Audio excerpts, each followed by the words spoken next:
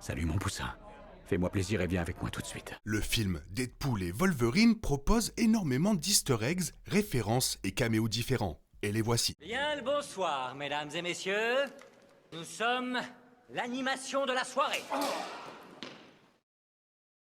Le film est une aventure multiverselle sauvage et désarticulée mettant en vedette Ryan Reynolds et Hugh Jackman, tout en étant également une véritable lettre d'amour au film Marvel produit par la 20th Century Fox ainsi qu'aux films de super-héros en général. À cette fin, le film pullule d'easter eggs et de références passionnantes à déguster. Le film commence non seulement avec Deadpool dans le logo animé classique de Marvel Studios, mais aussi avec Deadpool lui-même fredonnant la musique épique qui se joue avant les films MCU depuis 2016. Deadpool évoque brièvement la possibilité très réelle qu'un troisième film Deadpool n'ait pas eu lieu, en raison de l'achat par Disney de la 20th Century Fox en 2019, les droits X-Men revenant au studio Marvel. Heureusement, tout s'est très bien passé. Deadpool a répondu aux inquiétudes quant à la façon dont le nouveau film respecterait l'héritage de Logan en profanant de manière choquante la tombe de Wolverine, apparaissant comme dans les films de 2017 avec la croix penchée sur le côté pour devenir un X emblématique. Le TVA arrive pour arrêter Deadpool, citant ses divers crimes contre la chronologie sacrée, dont beaucoup proviennent de la scène post-générique de Deadpool 2 lorsque Wade a réécrit le temps pour sauver ses amis et ses proches. Avant que Deadpool n'utilise les os d'adamantium de Logan comme arme, il confirme que même s'il y a 206 os dans le corps humain, il y en a 207 lorsqu'il regarde Gossip Girl, parce que Black Lively, sa femme, y joue. En rembobinant avant sa bataille avec le TVA, Wade est vu au complexe Avenger en entretien pour un poste avec les Avengers en 2018, vraisemblablement avant les événements d'Avenger Infinity War. L'interview de Deadpool est avec une autre que Happy Hogan, qui est brièvement apparu dans le nouveau film Marvel, sa 9e apparition dans le MCU. Au cours de son interview, Deadpool révèle qu'il s'est rendu à la tour Stark tout en portant les mains de Hulk pour se frotter à un endroit hilarant. Le bureau de Happy regorge de reliques et d'accessoires emblématiques des films MCU passés. Voici une liste complète de tout ce que l'on peut trouver. Prototype du bouclier de Captain America d'Iron Man 2, la couverture du magazine Forbes de Pepper Potts, les cartes Captain America de l'agent Coulson, le casque Mark II de la Iron Man, le réacteur arc gravé du premier Iron Man, la photo de Tony Stark et Peter Parker derrière le casque Iron Man pour enfants, le masque d'Iron Man d'Ultron, le porte-document Iron Man Mark V, affiche de l'exposition de Stark de 1943. L'un des easter eggs les plus créatifs est la photo de Tony Stark avec Peter Parker, vue pour la première fois dans Endgame, bien que Spider-Man soit caché par un casque joué d'Iron Man, le même porté par l'enfant d'Iron Man 2 qui est devenu rétroactivement un jeune Parker. En tant que tel, c'est une façon intelligente de présenter le lanceur de toile de Tom Holland tout en évitant les problèmes de licence avec Sony. Deadpool confirme que la X-Force et Cable n'ont pas bien réussi avec des groupes de discussion, apparemment son explication sur la raison pour laquelle ils ne sont pas aussi présents dans Deadpool et Wolverine, et dans le cas de Cable, pas du tout. L'univers Fox reçoit sa désignation multiverselle officielle sous le nom de Terre 10005. Une excellente blague basée sur une note réelle du président de Marvel Studios, Kevin Feige, selon laquelle la cocaïne était apparemment interdite pour le film. En tant que tel, Deadpool décline toutes les offres de sa coloc pour utiliser de la blanche, même avec ses surnoms spéciaux, notamment « Voudriez-vous construire un bonhomme de neige ?» faisant référence à la Reine des Neiges. Recrutés par le TVA, plusieurs des moniteurs diffusant des scènes du MCU sont fortement axés sur Captain America. Non seulement cela constitue un tournant clé plus tard dans le film, mais cela est également lié à l'amour canon de Deadpool pour Steve Rogers dans les bandes dessinées. Un moniteur utilise des images réutilisées de Thor, le monde des ténèbres, avec le dieu du tonnerre tenant Deadpool au lieu de Loki, teasé par Paradox comme étant un moment d'un futur lointain. Il pourrait s'agir d'une scène future d'Avengers Secret Wars. Deadpool semble tirer une balle sur Dwayne Johnson, qui a affirmé que son personnage, Black Adam, changerait à jamais la hiérarchie du pouvoir dans l'univers d'ici, ce qui n'est jamais réellement arrivé. Paradox révèle que chaque réalité a des agglomérateurs qui attachent et empêchent l'effondrement d'un univers. Dans la chronologie de Deadpool, c'est Wolverine, dont la mort dans Logan a entraîné la détérioration progressive de son univers. Montrant la mort héroïque de Wolverine dans son film de 2017, Paradox prononce avec humour la dernière réplique de Logan avant sa noble fin.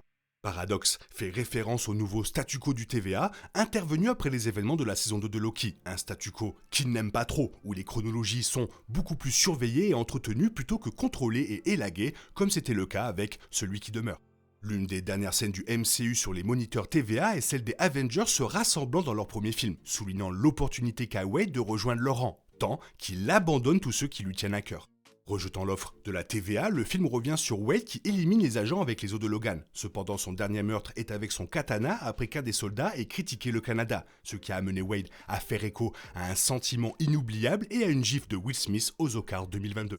La recherche par Deadpool d'un nouveau variant de Wolverine pour servir d'agglomérateur de remplacement à son monde aboutit à plusieurs itérations étonnantes de Logan. Short King Wolverine, Wolverine de l'âge de l'apocalypse Omega, Patch à Madripoor, Vieil Homme Logan version bande dessinée, Calvérine joué par Henry Cavill, Uncanny X-Men Wolverine avec une croix sur la lie de crâne, costume classique marron et jaune Wolverine en train de se battre contre Hulk, avec de nombreux Wolverine ressemblant à des versions classiques des bandes dessinées. Il y en a aussi un joué par l'ancien acteur de Superman Henry Cavill qui est depuis longtemps un fan de choix pour Logan. De manière hilarante, Wade promet également que Marvel le traitera mieux que certains autres studios.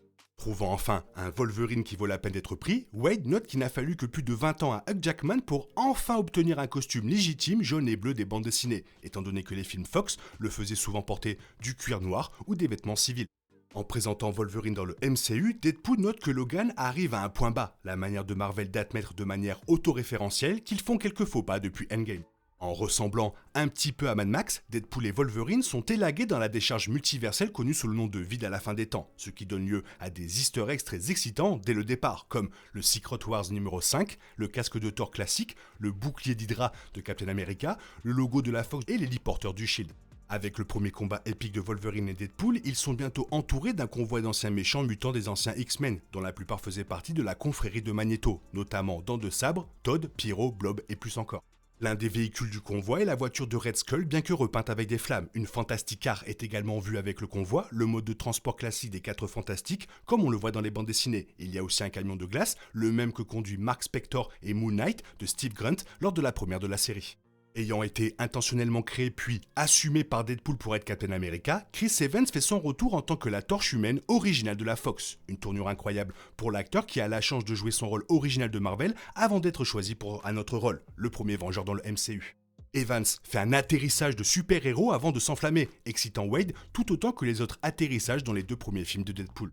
Après que Wolverine ait décapité Dents de Sabre, Deadpool l'appelle Furiosa pour le reste du convoi, une autre référence à Mad Max.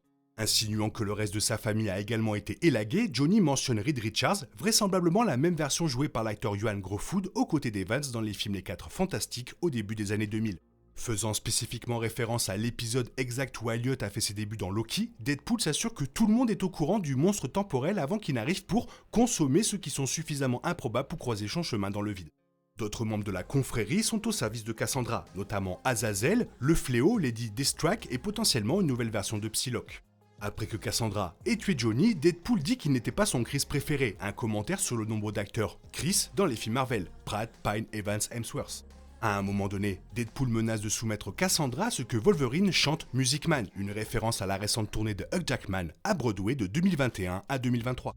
Montée sur un fauteuil roulant ayant appartenu à un variant de son frère, Cassandra Nova, la sœur jumelle de Charles Xavier, révèle que de nombreux Xavier sont venus dans le vide, même si elle n'a pas été impressionnée par aucun d'entre eux.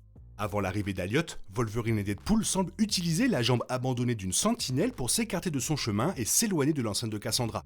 Faisant semblant que Wolverine voulait coucher avec lui, Deadpool a prévenu qu'il allait le dire à Blake, une autre référence à la vraie femme de Reynolds. Au volant d'une Honda Odyssey, Deadpool et Wolverine passent devant une collection de Q-Chips de Thanos, vue pour la première fois dans Avengers Infinity War.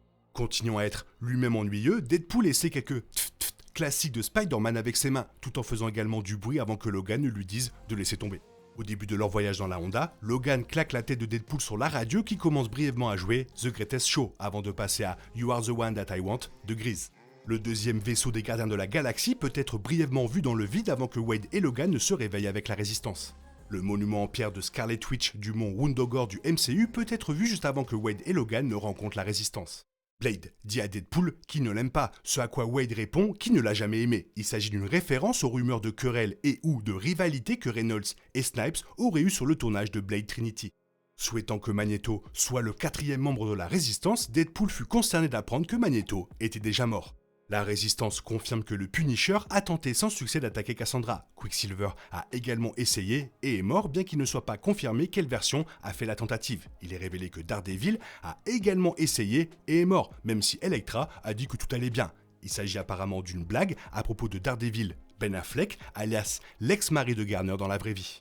Avec la confirmation que Cassandra a fait fondre le casque de Magneto, il est décidé que la Résistance a besoin du casque du Fléau pour contenir le pouvoir de Cassandra. Le casque pourrait également bloquer le pouvoir de Xavier et Cassandra dans les bandes dessinées, étant donné qu'il est leur demi-frère. Ayant du mal à donner un sens à l'accent de la Nouvelle-Orléans pour le personnage de Gambit, Deadpool demande si son entraîneur en dialecte était les sbires des Mignons. Révélant enfin pourquoi il porte son costume, Logan dit à Laura que Scott, Jean, Storm et le Fauve l'avaient tous supplié de le porter alors qu'ils étaient tous encore en vie, avant d'être tous tués par des humains lorsque Wolverine était parti. Une version d'Asgard est vue dans le vide juste avant que la Résistance n'attaque le complexe Giant Man de Cassandra. Blade sort un bazooka qui, selon lui, appartenait autrefois au Punisher. Deadpool demande lequel, vu qu'il y en a plusieurs. Snipes prétend qu'il n'y aura qu'un seul Blade, et il s'agit apparemment d'une blague sur le temps qu'il a fallu au studio Marvel pour réaliser leur prochain film Blade avec Mahershala Ali, dans le rôle du Durnambule. Avant la bataille, Laura enfile les mêmes lunettes de soleil qu'elle portait dans Logan en 2017. Cassandra Nova est représentée assise sur une partie du trône de Thanos à l'intérieur du crâne de Scott Lang. Cassandra révèle un anneau qu'elle a pris à un variant du Doctor Strange. De même, il semble que la cape ait également été drapée sur son trône de Thanos. Grâce à Cassandra, qui a créé un portail MCU classique avec son anneau, le nouveau nom que donne Deadpool va rester. Retrouvant Dogpool et Nicepool qui sortent du portail lancé par Cassandra, Deadpool Prime appelle Nicepool Van Mider, une référence au rôle marquant de Reynolds dans Van Wilder. Affirmant qu'il peut briser le 4e mur et être tout aussi méta, Nicepool dit simplement la proposition directement devant la caméra, ne fournissant aucune autre explication ni jeu de mots sur le film de 2009 avec Reynolds et Sandra Bullock. Wolverine dit que Deadpool est vraiment le parfait idiot de Dieu, le nom de Reynolds ayant été donné dans le générique d'ouverture du premier film Deadpool. Après Dogpool et Nicepool, l'ensemble de la Deadpool Corps arrive pour tuer Deadpool Prime et Wolverine. En tant que tel, il existe une collection assez impressionnante de variants de Deadpool tirés des bandes dessinées, dont beaucoup sont interprétés par des acteurs et des membres de la famille plutôt cool. Ladypool, Gitpool, Babypool, Headpool, Cowboypool, Weshpool, Canadapool, Dancepool, Deadpool 2099, Roninpool, Nightpool, Zenpool, Golden Edge Deadpool, Winged Deadpool, Generic Deadpool et Peterpool. Avant le combat majeur contre les variants, Deadpool commente que le concept de multivers est un déclin apparent, même si Nicepool rétorque positivement que les choses ne font que s'améliorer depuis Endgame.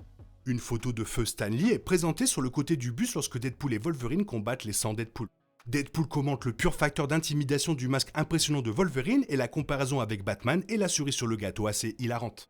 En utilisant la machine pour essayer de détruire le multivers, une réalité à la fois, la réalité commence à se défaire autour de Cassandra comme des spaghettis, tout comme la saison 2 de Loki. Deadpool salue Logan derrière la porte vitrée, reflétant la mort et le sacrifice de Spock dans Wrath of Kane.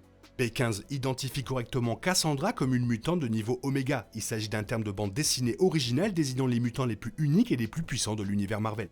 Rob McElhenney fait une brève apparition en tant que soldat de la TVA, qui est également copropriétaire du club de football gallois Wrexham AFC aux côtés de Reynolds. Wade fait une référence vers la fin, un rappel de Deadpool 2 lorsque Wade a combattu Cable pour la première fois.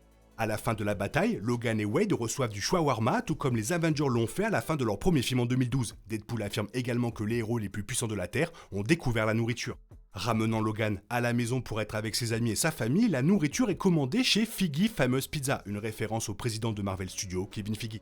Le générique présente des images vraiment touchantes et nostalgiques des coulisses des multiples films Marvel de la 20th Century Fox, à commencer par X-Men des années 2000, lorsque Hugh Jackman a joué pour la première fois Wolverine.